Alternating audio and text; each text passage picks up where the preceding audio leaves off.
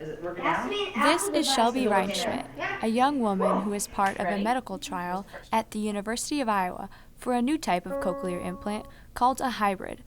A hybrid cochlear implant aims to keep existing hearing, where a standard cochlear implant does not.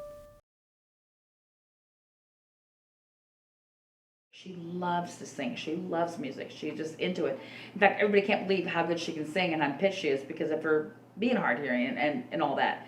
And she can carry a tune. She's like a #1 high soprano. I'm just like, wow. In fact, that she could do that with her hearing, it always amazed me. It just amazed me. She told me that she's like, I can't wait till I get the cochlear implant because then she'll be able to correct her pitch or whatever. Whereas right now, people would tell her, oh, no, that's not quite right. She had a pretty good loss when she was 2 or 3, but recently it spiraled downhill. However, she's been missing the high pitch noises for most of her life. She'll come home from school and she'll say, I can tell she's had a bad day. And she's like, well, I don't always hear what they say. And I say, what? And then they just kind of ignore me and they go on like, because they don't want to answer. It's just, Mom, it's so frustrating.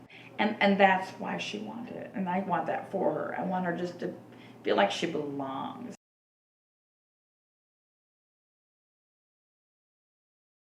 When we went up to do this, I was like, no. We'll go through the, because we were going because her hearing had dropped off. I mean, there was a dramatic change from the last year's hearing test to this year's hearing test.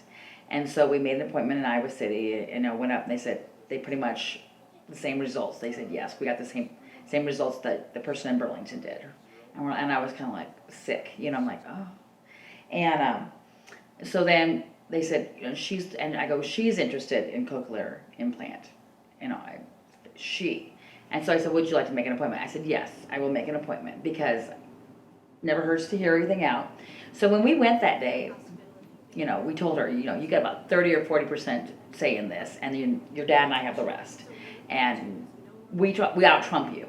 So when we went up, and he met me up there, because he was later, and I got there, and she went through all these tests, and we're listening, and, she was having a tough time. I could think, I don't remember what the exact results were, but she came back, she said, I have to do one more. We're kind of like, close. And so I want to do one more test. And then she came back and talked to us, and she said, you guys are a candidate for, the cochlear implant.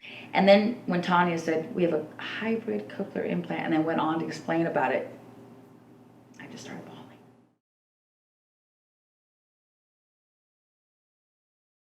A standard cochlear implant is, the way it's designed, it's too large. It goes into the inner ear and usually destroys what residual hair cells there are left. You can get by and save a few, but it's not enough to really get word understanding acoustically without the electrical signal. So I was trying to figure out how do we expand the criteria for cochlear implants without destroying the residual hearing. And I came up with this concept of trying to put a shorter, thinner device in the inner ear. And we started that in 1999. And so the first thing we found out was that, yes, the inner ear will accept a foreign body that goes 6 to 10 millimeters into the cochlea, and we could preserve the residual acoustic hearing. And that's how the hybrid concept all developed. It is something that allows us to approach people like Shelby and try to preserve her residual hearing. And Shelby has like 20-30% word understanding with her acoustic hearing, and we hope to activate the high frequency so that she gets a better word understanding in the 70s to 80% word understanding. And another thing is that you get music appreciation. With a standard cochlear implant, music is not well encoded.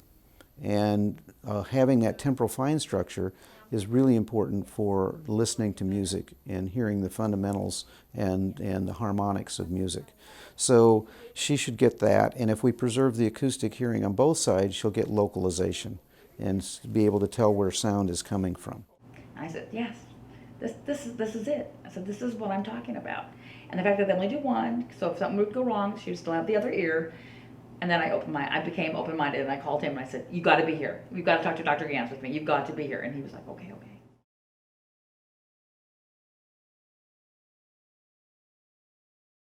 I'm a little nervous, really nervous, and I'm really excited to do this, and I can't wait. Anyway, when everything's ready, we'll just walk you back to the operating room. We'll get you on the operating table, get a few things connected, so we'll follow your blood pressure, cardiogram, and then we'll give you the medicine through the IV. Put you to sleep. Take about 2-3 hours to do the surgery, probably. And we'll give you a call and give you an update when everything's all done, okay? You never had an IV that you know of, huh? Good. See you in just a little bit. You're fine. I'm actually, Dad, I'm gonna have you help me walk her to the bed, just in case you get a little dizzy when you stand up, okay? All right, whoops. There we go. Are you dizzy? Yeah. All right, well, I got you. How you doing there, beautiful? Okay. Okay.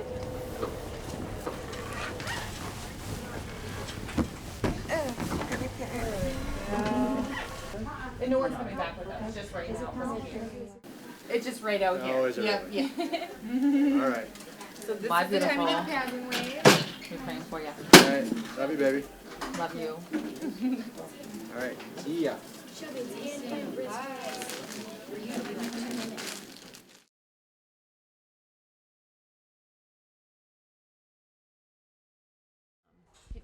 Let's try again. Can you hear that? Okay, well, that's a good sign. But It's not super reliable. can you hear her voice, or could you hear the scratching on your ear? It's good. Awesome. How you feeling right now? Relieved. Happy. Tell us what just happened with the doctor. Well, she just did the scratch test in her ear.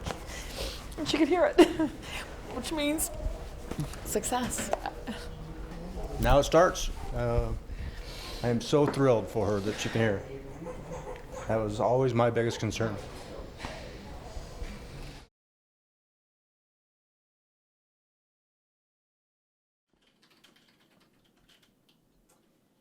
It's on. Is it soft? Okay. Slowly turn this up. Is that okay? Don't feel loud. Loud. Okay. How about here? Is that better? A little loud? Okay. Is that better? Your face is all red. Yeah. Are you okay? Okay. It's a little loud for that. Okay. So what we're going to do is we're going to set these levels, and they're going to be really soft to start with. And then you're going to go home and you're going to increase those levels to make the difference between this threshold and comfort level wider and wider. Okay? So you're going to be giving yourself more and more sound. Can Natalie come in? Sure. Natalie, come in here. So talk to your sister and see if she can hear you well. Oh, this is your sister, huh? Yeah. Hi. How well do you hear me? How well do you hear me? Yeah, you talk a little too fast.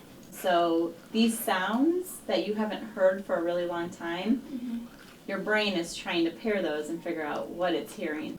Sometimes it happens quickly for people, sometimes it takes a very long time, is that the brain will start to figure out, okay, this sound goes with this. The morning that she came down, I was asking her, had she heard anything new? And she says, well, yeah, I heard a really annoying sound that I just couldn't figure out what it was. I was looking around my room. I'm like, what is that sound? I'm like, I looked up and I'm like, oh, it's my ceiling fan. And so that was really neat to have that interaction with her. She can understand me better without looking at my lips. She reads lips very, very well. And now when she's looking the other way and I speak to her, she hears what I say instead of having to ask me to repeat myself more often. I expect more to happen, like to be able to hear more high-pitched sounds like the birds and the crickets and other high-pitched sounds. More than likely, it'll have such a profound impact on her that eventually we'll get the other ear. So once it's all turned up and fully initiated, if you will, I I think it'll be amazing.